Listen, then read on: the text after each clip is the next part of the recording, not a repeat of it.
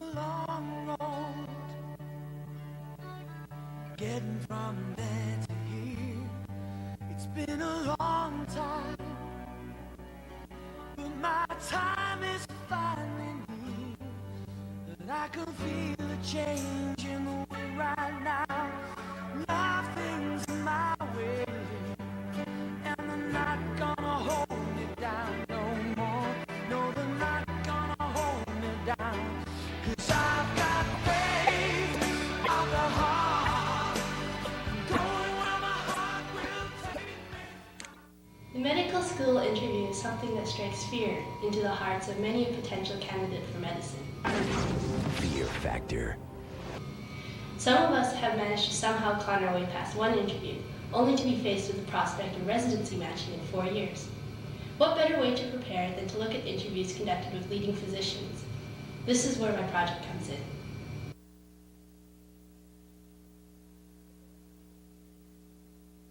The goal of the Video Legacy Project is to record, archive, and distribute video interviews with the founders and retired leaders of nephrology around the world. The project is conducted on behalf of the International Society of Nephrology as part of the Commission on the History of Nephrology and is directed by Drs. Kim Soles and Stuart Cameron. In 1997, a first CD-ROM was completed with 8 interviews available as audio clips and transcripts. Over 5,000 copies have been distributed internationally. A second CD-ROM was completed in 2000 containing 9 interviews in a similar format and is currently being distributed. For 2006, the project aims to create a DVD-ROM with video footage and transcripts of even more interviewees.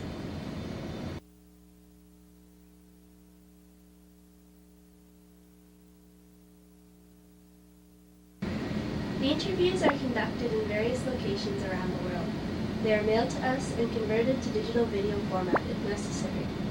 To date, 37 interviews have been conducted and 11 are in active preparation. Transcripts are created, and Final Cut Pro 3 software is used to edit the video. Data is saved in video and digital formats to be incorporated into a program for distribution. Well, without further ado, let's look at how some of these physicians have answered our interview questions.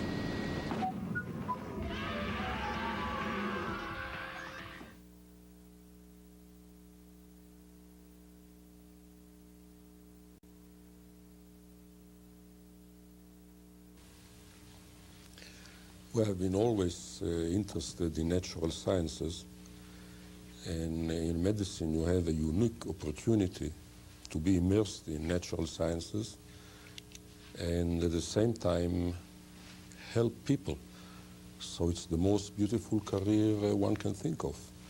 So it came natural to me. I had planned to be a lawyer, had been enrolled in law school, and my mother had always wanted me to be a physician. I had resisted that. And my father died in my senior year in college, and the family gathered at the funeral, and they were all physicians, uncles and aunts and cousins, and they said, "You need to be a doctor." So I entered medical school via a circuitous route. But I've been very pleased that I made that decision. Medicine has been good to me, and I hope it's been, and I hope I've been good to it. I had a lot of medical procedures when I was 3, and I blurted out I wanted to get even. So I said, well, I don't want to go in the kidney. No, it's much too mathematical. I had this thing, I don't like mathematics. Well, I don't know if I'll go into nephrology today because all the pioneering spirit in many, many units is gone.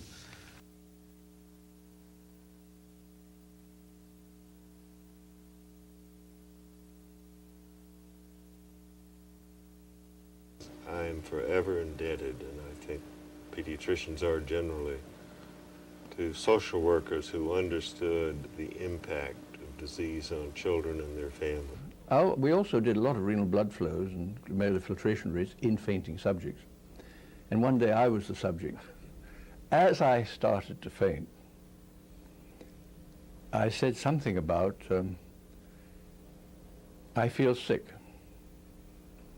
And then I vomited. and there was a sister holding the catheter in my bladder, just under me. And she stuck to her post. She held the catheter. She held the catheter.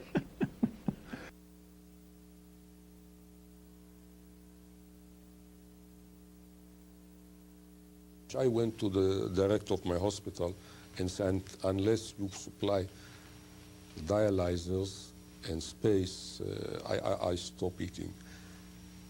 And it's your problem now. And I went to the press and said so. I was walking down the hall of the showroom, and Neil Bricker ran out of a room, and they were actually having the meeting, the executive meeting of the National Kidney Foundation in the Shoreham Hotel. I knew nothing about it. I didn't even know it existed, let alone what's happening in Washington. And it was followed by Lou Welts, and they grabbed me and they said, "You're the guy we need." And so they hauled me in there. They said, "How'd you like to be president of the National Kidney Foundation?" And I finally kind of reluctantly accepted, and I found out that there were $40,000 in the red.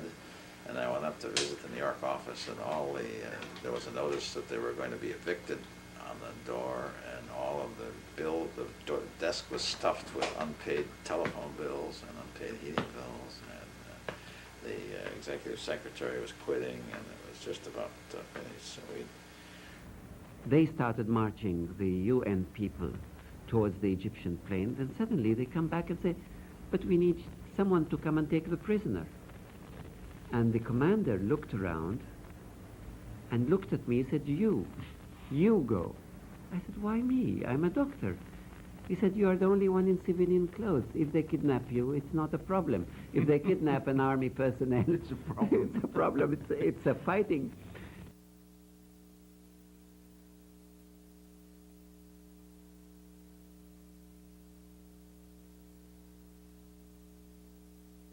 Hugh DeWardner was president. Hugh is a decisive, action-oriented fellow. In his view, there was no money to call a meeting of the executive committee. He did, on 2 occasions, assemble as many as he could who could afford to travel on their own hook. they had a social meeting at Dr. DeWardner's house that night, and I happened to be in the lobby when she was handing out the invitations, and she went down the mailboxes. When she came to mine, she looked at it for a few minutes and then skipped over and left it empty and went to the next one, so I didn't get to the social session. And, I was simply not invited. There was no question that there was an attempt to do it not in the proper way initially. He said, we have an equation in this department that brains times equipment is a constant. I remember once being squeezed in a small room in which the famous painter Jacques Duchamp, dit Villon, a companion of Picasso at the Bateau Lavoir, had been admitted the night before. His condition was mild. Majestically, Hamburger bowed in front of the very aged, frail man. Dear master, he said, I will give you the best advice of medicine. You are to leave without delay before catching a hospital bug. I was in the same lab doing a dog again, and knock on the door, and I opened the door, and Albert Einstein was standing there with his shock of white hair, and I sort of clicked my heels and came to attention. In fact, I have a letter on my wall here in my office from Linus Pauling telling me that he, when he was a young person, had glomerulonephritis. I mean, right from the beginning, before I was qualified, I always thought of being in medicine as being in research. Capillary pressure elevations, we said, were damaging.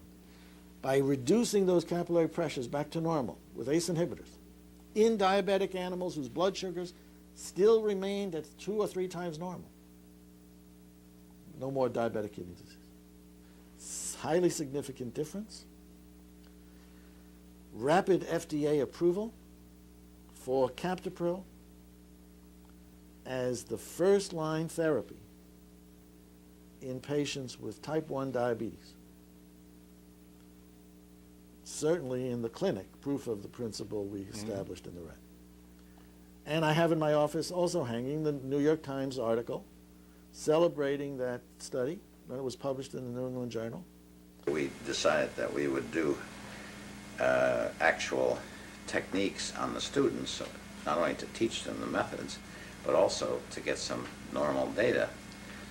And it just happened that one afternoon, the last group to take the water and the antidiuretic hormone were a group of boys who lived in Greenpoint, Brooklyn, students. That's far out on the Brooklyn subway line.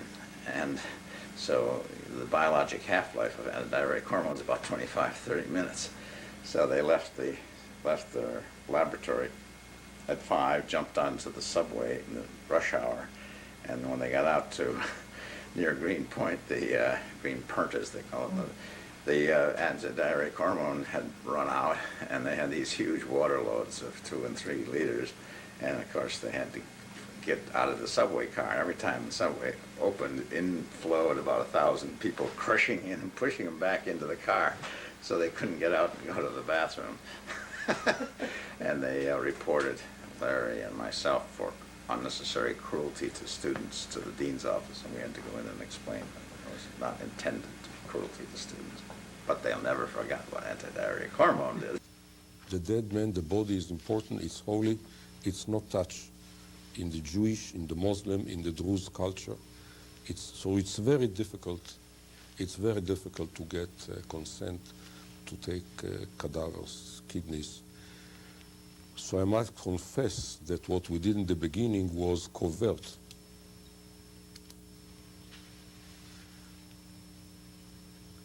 Maybe it's dangerous to be so open about what we did, but we did it without permission. The area is volatile enough, we don't want to inflame it even more. But with being very, very tactful and doing the thing in a decent way, and with great conviction that what we are doing is right and saving lives, we managed to do it. The main issue after some time became the issue of the pathogenesis of hyperacute rejection. And these studies were remarkable for the failure. And if anyone is in a position to become an advocate of the author, it's the editor. I suddenly discovered, I was senior lecturer by that time, and he told me that the position didn't have tenure. I said, well, everybody else is senior. He said, no, but not at Thomas's. So I thought, well, I better do something to get the name better known.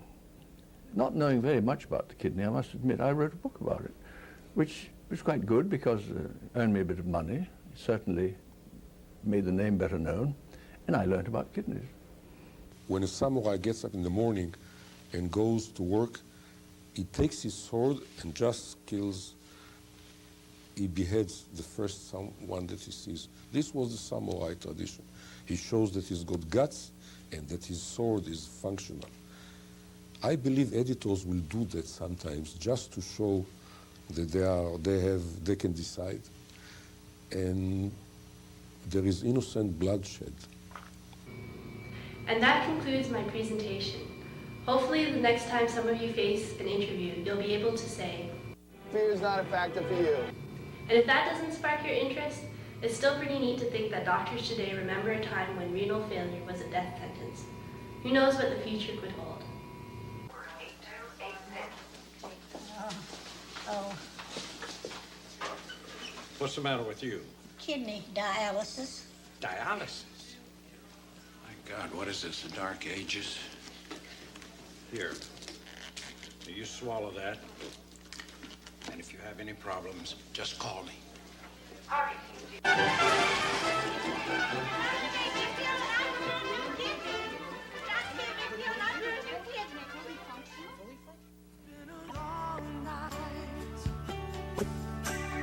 Trying to find my way through the darkness. Sometimes when I drive with my family, we see a man standing on the highway, urinated, And they say, oh, what a shame, why does he do it? I said, don't say that. You don't know what a great miracle it is. Let him urinate. Change my mind.